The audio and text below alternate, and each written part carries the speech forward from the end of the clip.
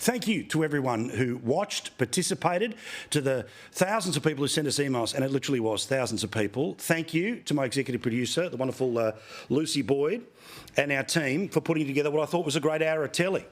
Nice to see the alternative Prime Minister, Peter Dutton, sitting here taking questions, but also in an environment where he could explain himself. Now, you can like it, you can dislike it, vote for it, not vote for it. Free country. But it's nice not to see the interjections, the yelling, the carrying on. He had a chance to explain himself and talk quite decently about some pretty serious issues, including experiences that he'd had as a police officer when it came to trying to save people from family violence, and lighter moments like telling stories about his mum and dad popping over to New South Wales to play the pokies on family holidays.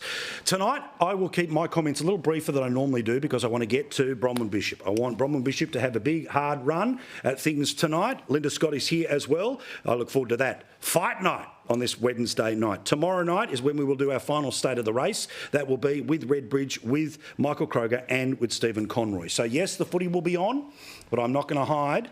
Make sure you are here tomorrow night, or series link it, record it, do all the things you have to be, because tomorrow night, data, no one will be surprised. But tonight, you don't have to go too far to find awesome people like the wonderful Megan Kelly. The only place you see her on Aussie TV, right here.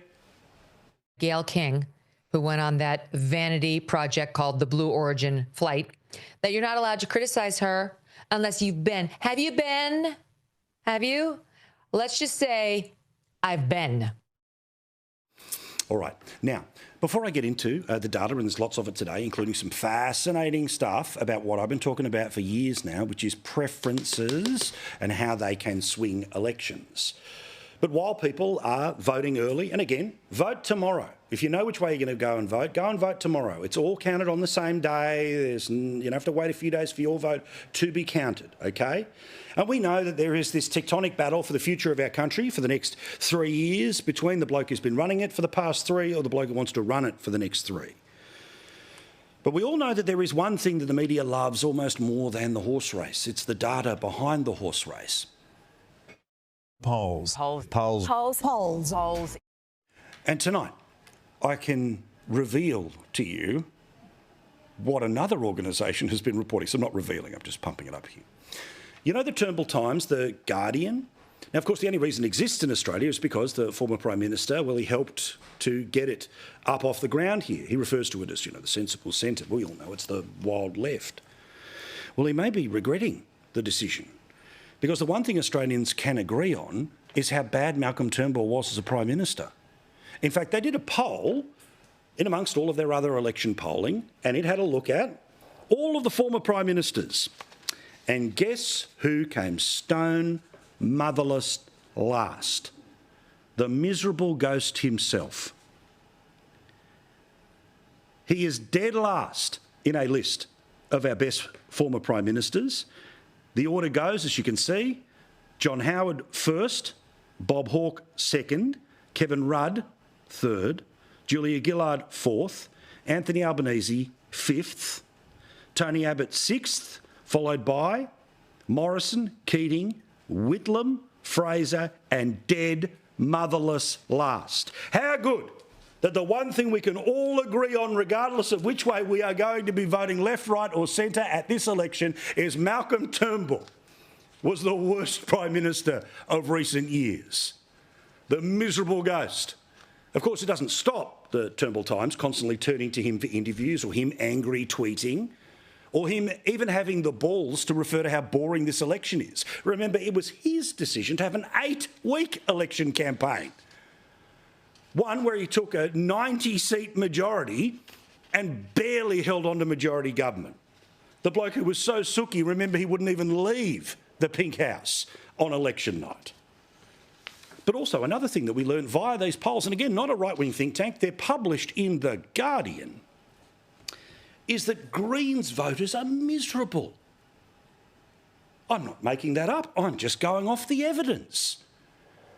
They went by party affiliation and they asked about how happy are you with your life overall. Coalition voters, happiest of all, followed by Labor and then the Greens, who are miserable about their life compared to the other major parties. That's their life overall. in their family life. Look at this. Look how happy a Liberal or National Party voter is. Compare that to the Labor Party or those miserable Greens. And you know how they're the young cool kids? Well, guess who has the worst social life? The Greens. The best social life, the best life overall, the best personal life and their best family life. This is in The Guardian. Coalition voters. And of course, we know that the Greens voters are so miserable because they think the planet's about to explode at any one moment and they have to pretend that they like Adam Bant DJing. Yeah, he's so cool. I don't care how many social media influencers he has. Who would want to listen to that? 3 days to go. Australia is at a fork in the road. We are presented with one each and every 3 years, and there are just 3 days to go. According to the AEC, there have been 4.6 million people who have already voted. Now, this is really interesting because a lot of people thought that half of all people would end up voting early. That's what the trends seem to suggest. But of course, 18 million people are on the electoral roll. Basically 5 million today. Let's imagine it's another million tomorrow. That takes us to 6, and then it gets us to maybe 7 million people before election day.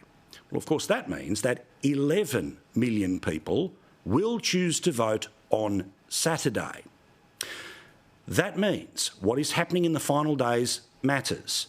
The final ads, they start to turn off after midnight.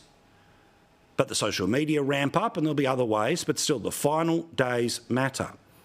Just like they did in 2019, just as they did in elections past.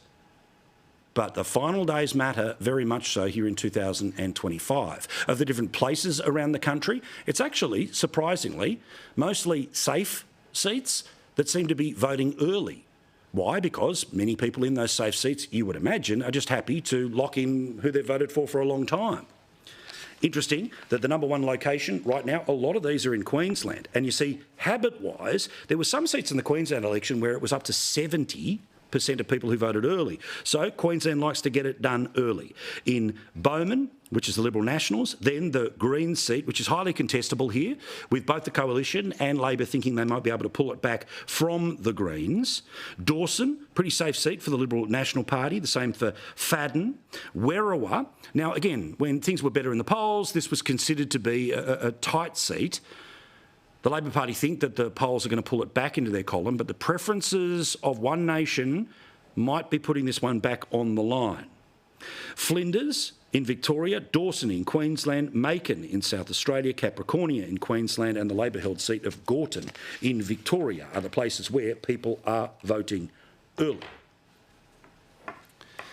Now, I have long talked about how I understand that there are many Australians who are frustrated with the two parties of government. They'll be frustrated with the Labor Party for obvious reasons. They'll be frustrated with the Liberal Party for a whole bunch of reasons, which means your preferences matter.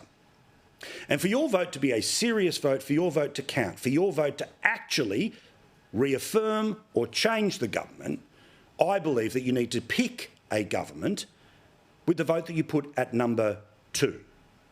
Now, we know that traditionally most people who vote for the Greens will end up putting the Labor Party at number 2, in many ways because their how to vote forms will tell them to do so. And in 2022, people who voted for One Nation, the Palmer Party, Libertarian and lots of others, they did not give that number 2 to the Liberal Party the way they did in 2019. The way they did in 2019 was part of the story behind the surprise election victory of Scott Morrison, the one that we all saw coming, that we knew was happening.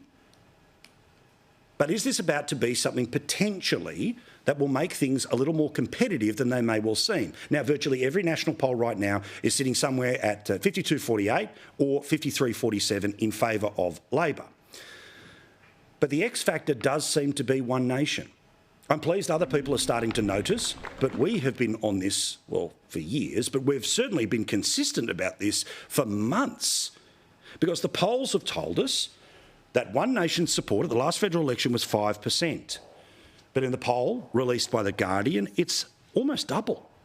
Newspoll, the gold standard, again shows that it is outside of margin of error in terms of its growth. Even Resolve and the Wild Poll of Morgan all show a significant increase in the primary vote of One Nation. Now, of course, that is a national figure, but in some states that number will be way higher. In some seats that will be way lower. So it's difficult to turn around and say what the ultimate impact of One Nation is going to be. But in outer suburban seats, the ones that have delivered massive drops in the primary vote of the Labor Party at state elections, even in the by-elections in places like Victoria, we know that One Nation has a significant following there. One Nation, in the past 3 years, has been able to get people elected to the West Australian, South Australian, New South Wales and Victorian parliaments. They are knocking on the door of a Senate spot in many of those states. In places with lower populations, if their vote is high, then obviously 10% of a smaller group of people starts to have a bigger impact, which is why One Nation is a massive chance of knocking off Jackie Lambie in Tasmania, where candidates like the one running in the seat of Hunter may well be outperforming the major parties. So if it becomes a two-horse race, there could be some wild results that might come in. Now, I was trying to research this today to say, well, is this a phenomenon that happens at every election, that One Nation always polls better than it does? And the truth is, I can show you polls where the polls were maybe 1 or 2 points better than the national result, but I've never seen polling that was almost double their previous election result that didn't result in a higher actual vote for One Nation. Again, look at those polls. Everyone will sit there and be surprised on Saturday night. The polls, if they're wrong, OK, we learn a lesson. But if history gives us a guide to the future, something's happening right now with One Nation. Now, it's easy to turn around and say that for quote-unquote right-wing voters, they might be annoyed on a whole bunch of issues with the Liberal Party, so that's what that vote is. But for a bunch of people, it may well be people from the Labor Party who go, you know what, I mightn't walk all the way to the Libs, but I'm going to go via One Nation. So what happens with your preference matters.